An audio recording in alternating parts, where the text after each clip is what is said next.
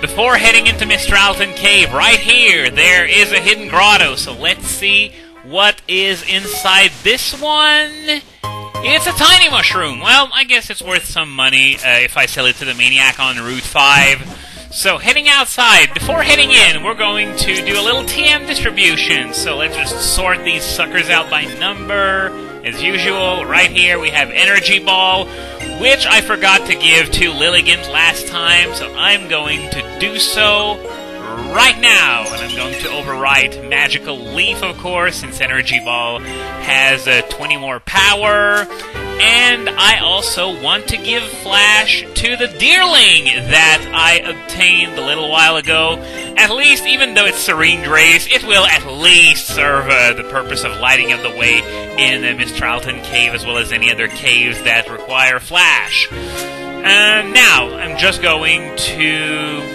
Yeah, okay, I'm done here. So I'm just going to resort my moves on Lilligant real quick. I want to have Energy Ball on top because it's the stronger move of the two, though not necessarily the best because Giga Drain only has 5 more power, and it also has that whole draining property, which is always nice. So now I'm going to use Flash, and God said, "Let there be light!" Because, of course, God created the sun and all the other stars in the sky using a tiny-ass deer. What, haven't you read the Bible? Okay, so the hidden item is up there, so I guess I'm gonna ignore that for now. Mistralton Cave is, it's the exact same place it was last time. The gimmick of this place, if it can even be called that, is the fact that, you know, the 3 floors in this place, they pretty much go all the way around, and then the exit is right near the entrance, and you can open up shortcuts by using strength boulders. So as I said, no change whatsoever since the first game, which is why I'm using the same map I did in the first game. Of course, the item locations, the trainer locations are going to be different. That goes without saying. Are you serious? Well, there goes my PP, getting burned real fast. Oh, geez, that's why I hate sturdy Pokemon so damn much. They're not really challenging as much as they're PP wasters. So, anyway, while I'm going through this place, last time I was talking about how broken Psychic was in Generation 1, and I was about to get to the point where I wondered whether it was intentional or not. Because, think about it this way. The original Uber Mewtwo and the original event Pokemon Mew were both Psychic types, and they were designed to be vastly superior to the first 149 Pokemon. And, wouldn't you know it, they had the most broken type in the game. So this is why I'm not sure it wasn't entirely unintentional. And of course, the results of making these 2 Pokemon super powerful by giving them the most broken type possible had repercussions in the regular overused metagame as well. Because, well, you had the likes of Alakazam, Slowbro, Starmie, Executor that were overused, but, oh, this guy here blocks a cave entrance that leads to the Clay Road, which is a post-game dungeon that we can enter from either this place, or Driftvale City, or Twist Mountain, which is also a post-game area in this game. So, as I was saying, it had some repercussions. Even Jinx was overused in Generation 1. Low-end overused, but still overused nonetheless. So when you think something like Jinx that didn't even have a single triple-digit stat back then was overused, yeah. And then there's the fact that many types were rendered useless in an attempt at making Psychic so good, like Bug and Ghost, for example. And, okay, I'm wondering what I'm gonna do here. So, oh, we got, oh, sure. Just about to check what hidden items in there, and just as I turn around, random battle. So, what I'm thinking about doing is that since I'm so close to the entrance, I'm simply going to go out and heal myself to give Lilligant some of that PP. Well, all of that PP it lost, rather, I should say. And as a result, I'm going to be able to use Lilligant a little bit longer into this cave, because the fact of the matter is, Lilligant still only has one attacking type, even though it upgraded Magical Leaf for Energy Ball, even though it may not have been a full-on upgrade, because Magical Leaf may have done the job in this place just as well. And on top of that, it also has twice the PP, which would have been rather handy. So, yeah, what I'm going to do is that I'm going to... Excuse me! I'm going to head out, heal Lilligant, and come back, because opportunities to train Lilligant in an environment that favors it isn't going to come by very often, because of grass being the only attacking type that it can use. So, allow me to milk that shortcut that I made using that strength boulder for all it's worth, and I'll be back in just a second. Okay, we are back in Mistralton Cave, and now we are just about ready to go to the second floor, I guess. I'm sure we all know by now how Nintendo is claiming copyright rights on all videos on YouTube that include footage of their games. Well, it took quite a while, and I don't know why, but they finally got around to giving me a whole bunch of copyright claims. And there are so many of them, fuck that, I'm not going to acknowledge every single one of them, especially since it doesn't do a damn thing to begin with.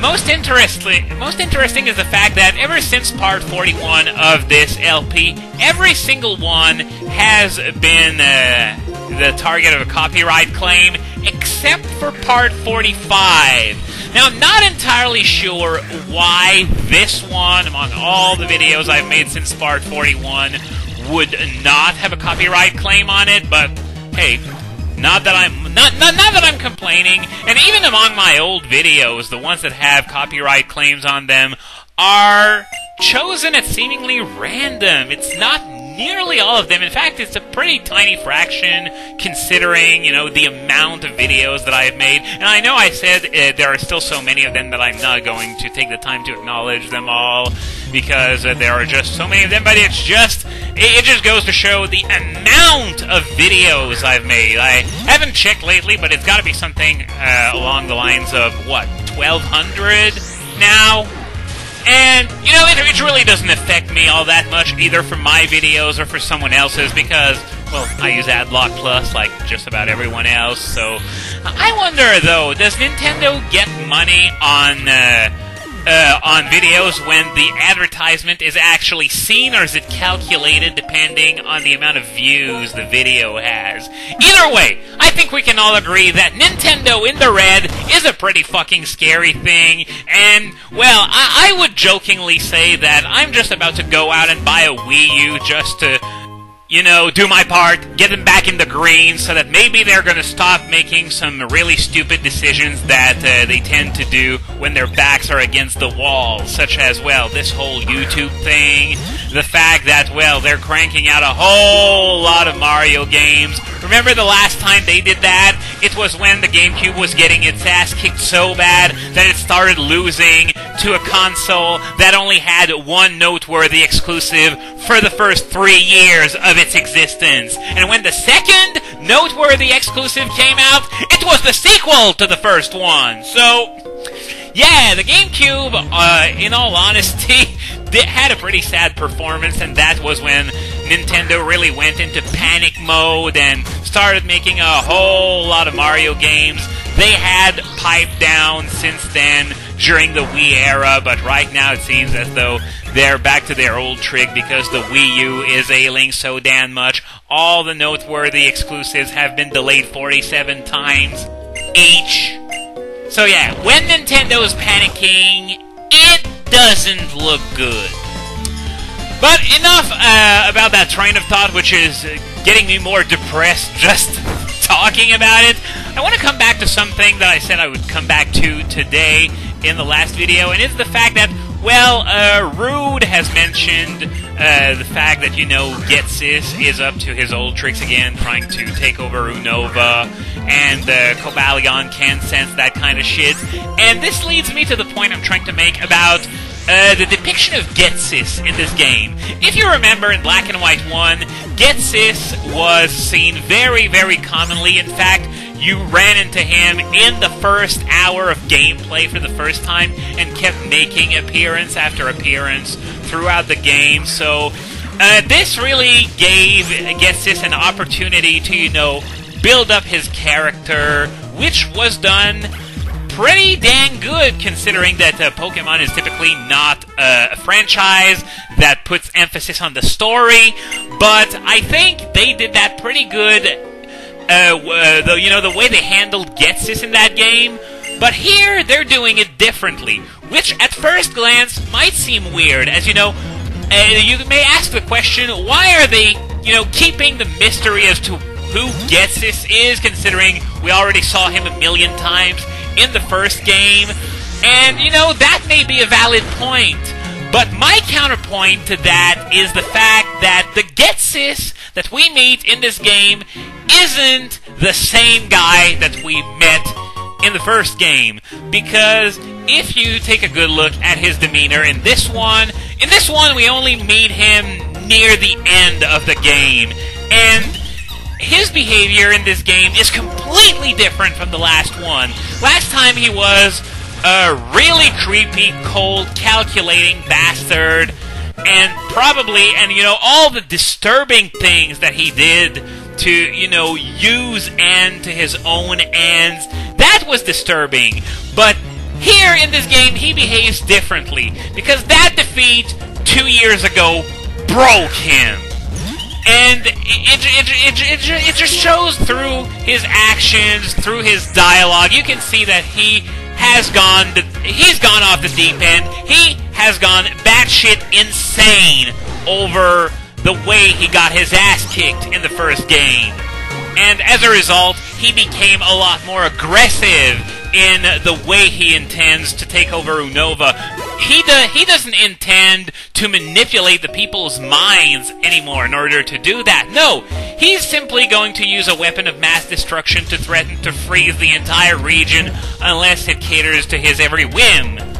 Which, considering how much he's lost his sanity, is kind of scary. And, well, I'm not going to deal too much with spoilers for the remainder of the game, because we're going to see exactly what it is that I'm talking about. But it's just my way of telling you guys that I really like the way Getsis was handled, even if it's a sequel to a game that featured him very prominently, having him be more like in the shadows, so you can be all the more surprised when you finally meet him to see how much he's changed over the 2 years before the events of this game.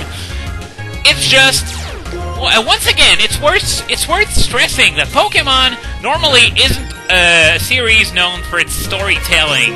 It's more about the amazing gameplay. But the way they've written this generation, even though, there's, how much I hate all the interruptions they throw at me for no apparent reason, but putting that aside, the overarching story of the game was pulled off amazingly well for a children's game that's supposed to not put all that much emphasis on the story to begin with. And on that note, we reached the top floor of the Mistralton Cave. It's kind of weird how the entrance levels require flash, but the deepest one doesn't. I don't know the physics behind that, and I think I've already mentioned that before. And TM80 Rock Slide, pretty good one if you have a team member that needs a good rock move. Of course, I already have Rock Slide on Excadrill, so I don't have any plans on using it right now.